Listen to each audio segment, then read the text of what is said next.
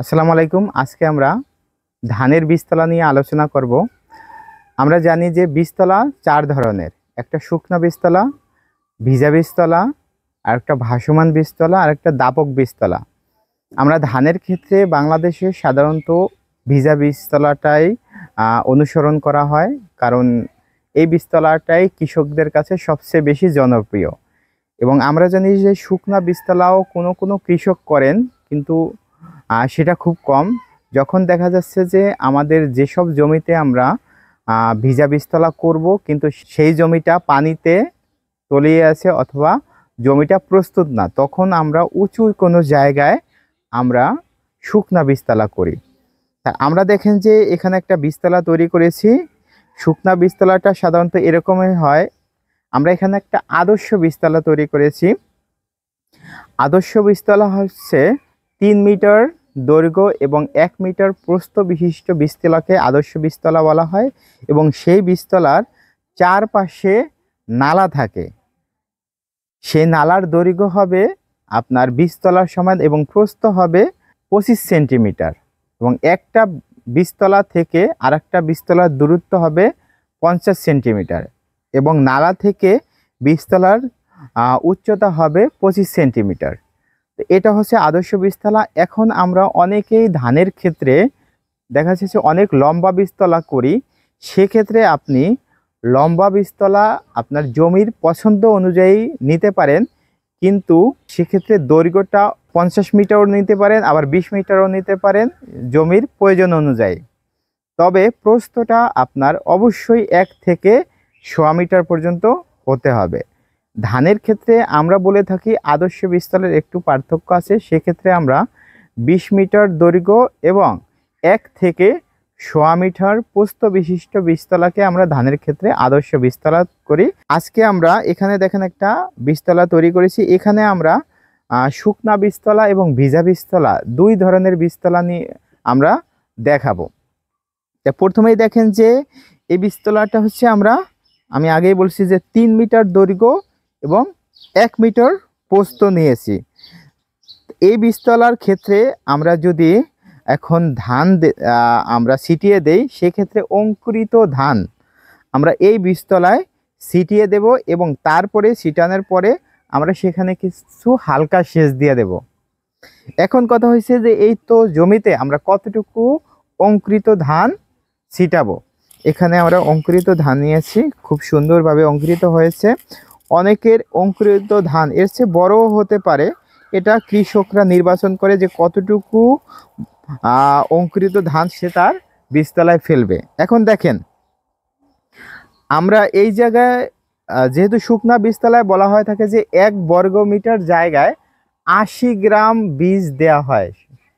আর ভিজা বীজতলার ক্ষেত্রে আমরা 1 বর্গ মিটার জায়গায় আমরা 100 গ্রাম বীজ দেব। তাহলে যেহেতু এখানে 3 মিটার দৈর্ঘ্য এবং 1 মিটার প্রস্থ একটা জায়গা নিয়েছি, তাহলে এখানে 3 বর্গ মিটার জায়গা। তাহলে 3 বর্গ মিটার জায়গায় আমাদের বীজ লাগবে। শুকনা বীজতলা হইলে 240 গ্রাম এবং ভিজা বীজতলা হইলে 300 গ্রাম। আজকে যেহেতু অধিকাংশ কৃষকেই ভিজা বীজতলা পছন্দ করে এবং আমরা এখানে আমাদের পার্টনার ফিল্ড স্কুলের বোরো ধানের কৃষক কিষানীরা আছে, আমরা এখানে দীর্ঘদিন যাবৎ ক্লাস করতেছি। আজকে তাদের প্র্যাকটিক্যাল হিসাবে আমি বীজতলাটা দেখাবো, যেহেতু তারা ভিজা বীজতলায় অভ্যস্ত এবং সেটা কিভাবে তারা প্রস্তুত করবে সেটা দেখাবো। তাই আমি শুকনা বীজতলায় ধানটা ছিটাবো না। আমি আগেই বলছি শুকনা বীজতলা যদি এখন এই অবস্থায় যদি আমরা বীজ ছিটিয়ে দেই এবং পানি দিয়ে দিই, তাহলেই শুকনা বীজতলা হবে। শুকনা বীজতলা ভিজা বীজতলা থেকে শ্রমসাধ্য কম। এখন দেখা যাচ্ছে যে আপনাদের অনেকের ক্ষেত্রে মাটি শক্ত হতে পারে, এঁটেল মাটি বা কাদা মাটি হতে পারে।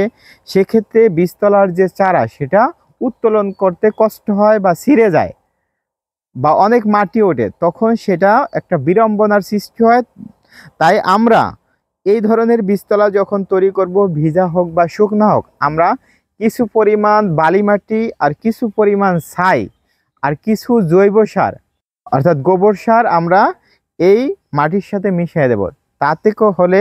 তাতে করে আপনারা সহজেই সেখান থেকে চারা উত্তোলন করতে পারবেন এবং কোনো রকম বেগ পেতে হবে না। আমি আরেকটা কথা বলে দিচ্ছি যে আপনারা যখন বীজতলা থেকে চারা উত্তোলন করবেন তার 1-2 দিন আগে আপনারা জমিতে হালকা সেচ দেবেন। যদি সেচের ব্যবস্থা না থাকে বালতিতে করে এনে পানি ছিটিয়ে দেবেন, তাতে মাটি নরম হবে 1-2 দিন আগে ছিটিয়ে দিলে, এবং আপনারা সহজেই বীজটা তুলতে পারবেন। তাহলে আসুন আজকে আমরা ভিজা বীজতলাটা কিভাবে তৈরি করব সেটা আমরা দেখি। এবং আমরা বীজতলার জন্য আমরা এখানে হচ্ছে পানি দেব, এবং পানিটা এমনভাবে দেব যাতে এই জায়গাটা কাদা কাদা হয়। ঠিক আছে, এটা আপনারা বুঝতেই পারছেন যে এই জায়গায় হচ্ছে এখন কাদা করতে কিন্তু আমাদের ভালোই সময় লাগবে, যেহেতু এটা আমাদের এই স্কুলের ছাত্রছাত্রীদের জন্য এই বীজতলাটা প্র্যাকটিক্যাল দেখাচ্ছি। সেক্ষেত্রে আমরা এখানে ভিজা বীজতলা কিভাবে তৈরি করব সেই পদ্ধতি সম্পূর্ণ।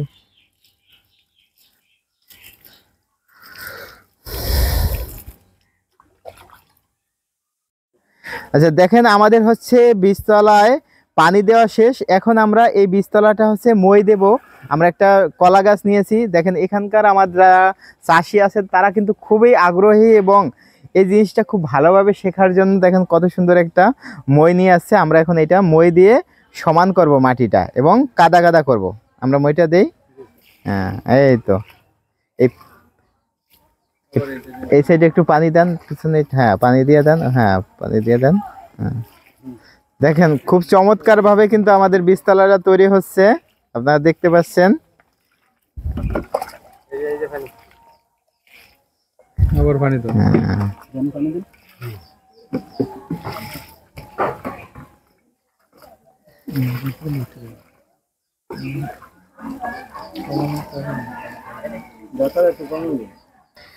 ঠিক আছে, দেখেন আমাদের চমৎকার একটা বীজতলা তৈরি হয়েছে। তাহলে এখন আমরা এই বীজতলায় আমরা প্রথমে হচ্ছে কিছু ছাই ছিটাবো। ঠিক আছে, যদিও এটা বালু মাটি, এখানে ছাইয়ের কোনো প্রয়োজন হবে না। তারপরে হচ্ছে আমরা কিছু ছাই ছিটাবো। আর যদি এঁটেল মাটি হয় আপনারা অবশ্যই সেখানে কিছু বালি দেবেন। এটা যেহেতু বালু মাটি আপনারা বুঝতেই পারছেন, আমরা পানি দিয়ে কিন্তু রাখতে পারতেছি না, পানির সাথে সাথে শোষণ করে নিয়ে যাচ্ছে, কিন্তু আমরা ছাইটা ছিটিয়ে দেব। ছাই আর বালি ছিটাইলে আপনারা যখন চারাটা তুলবেন সেটা খুব ভালোভাবে আপনারা তুলতে পারবেন, চারা ছিঁড়বে না। এবং আপনারা অনেকেই ছিঁড়া চারা জমিতে রোপণ করেন, সেটা কিন্তু মোটেও ভালো কথা না। এই ছিঁড়া চারা যদি আপনারা ক্ষেতে রোপণ করেন সেখানে নেমাটোডের আক্রমণ হতে পারে, ব্যাকটেরিয়ার আক্রমণ হতে পারে, জমির যে লাল কেঁচো সেই লাল কেঁচো আক্রমণ করতে পারে।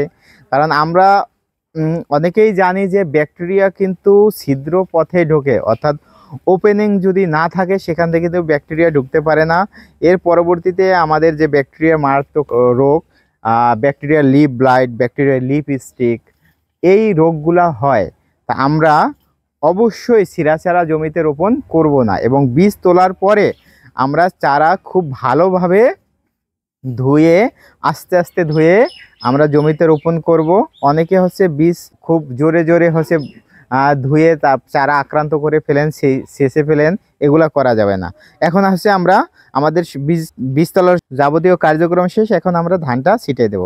এখানে আমি আগেই বলছি যে আমাদের যেহেতু এখানে 3 বর্গমিটার জায়গা এবং প্রতি বর্গমিটারে আমাদের 100 গ্রাম বীজ দরকার হয়। এখানে আমরা 300 গ্রাম বীজ নিয়েছি।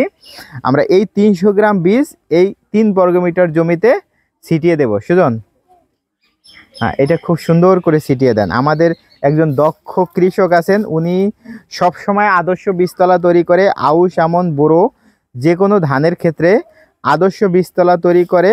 এই জন্য হচ্ছে তাকেই আমি ছিটানোর দায়িত্বটা দিয়েছি। অনেকে আপনারা বীজতলার যে ধান সেটা অনেক ঘন করে দেন, বা অনেকে আবার পাতলা করে দেন। সেক্ষেত্রে আপনারা একটু সাবধান হবেন যে 1 বর্গমিটার জায়গায় আমরা 100 গ্রাম ধান আমরা ছিটিয়ে দেব, এবং আমরা 1 বর্গমিটার জায়গা দিয়ে আমরা 20 বর্গমিটার ধানের জমি রোপণ করতে পারবো। আপনারা সবাই জানেন যে যে বীজতলায় যে পরিমাণ জায়গা হবে তার 20 গুণ জমি আমরা রোপণ করতে পারবো।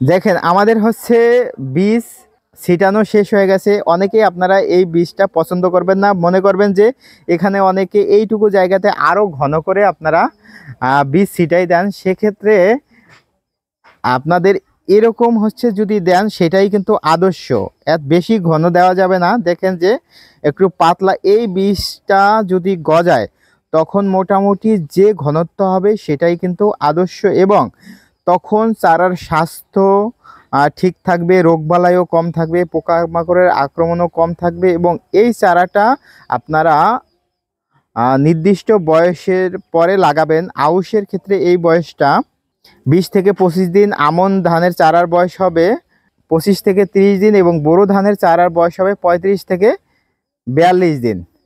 এবং আমরা হচ্ছে এই বীজটা যখন ভিজিয়ে রাখবো সেটা আমন আউশের ক্ষেত্রে 60 ঘন্টা ভেজাবো, আর বোরো ধানের ক্ষেত্রে আমরা 72 ঘন্টা ভিজিয়ে রেখে তারপরে হচ্ছে আমরা চারাটা অঙ্কুরিত করে সেই অঙ্কুরিত চারা আদর্শ বীজতলায় আমরা এভাবে হচ্ছে ছিটিয়ে দেব। তাহলেই আপনারা সুস্থ স্বাভাবিক চারা পাবেন, এবং এই চারা পরবর্তীতে সে আপনার ফলনকে আশা করি অনেক গুণে বৃদ্ধি করবে। আমরা যে আজকের শিশু আগামী দিনের ভবিষ্যৎ, তা আজকে যে আমরা বীজতলাটা এখানে তৈরি করছি এটা কিন্তু আমাদের গোলা পূর্ণ করবে এক সময়। তাহলে এটার যত্ন পরিচর্যা আমরা যদি স্বাভাবিক করি, এটা স্বাস্থ্য যদি ঠিক রাখি এবং সঠিক বয়সে সঠিক পদ্ধতিতে যদি লাগাই, তাহলেই আমরা কিন্তু ভালো ফলন পেতে পারি। তা আজকে এতক্ষণ আমাদের সাথে থাকার জন্য আমি সবাইকে ধন্যবাদ জ্ঞাপন করছি। আর ধন্যবাদ জ্ঞাপন করছি যে এখানে আমাদের কৃষক কিষানীরা আছে, আজকে যারা আমাদের মাঠ স্কুলে কৃষক কিষানীরা আছে, এছাড়া উপস্থিত আছেন আমার এই আরশিনগর ইউনিয়নের উপসহকারী কৃষি কর্মকর্তা কায়সার আহমেদ, তাকেও ধন্যবাদ জ্ঞাপন করছি। সবাই ভালো থাকবেন, সুস্থ থাকবেন। আসসালামু আলাইকুম।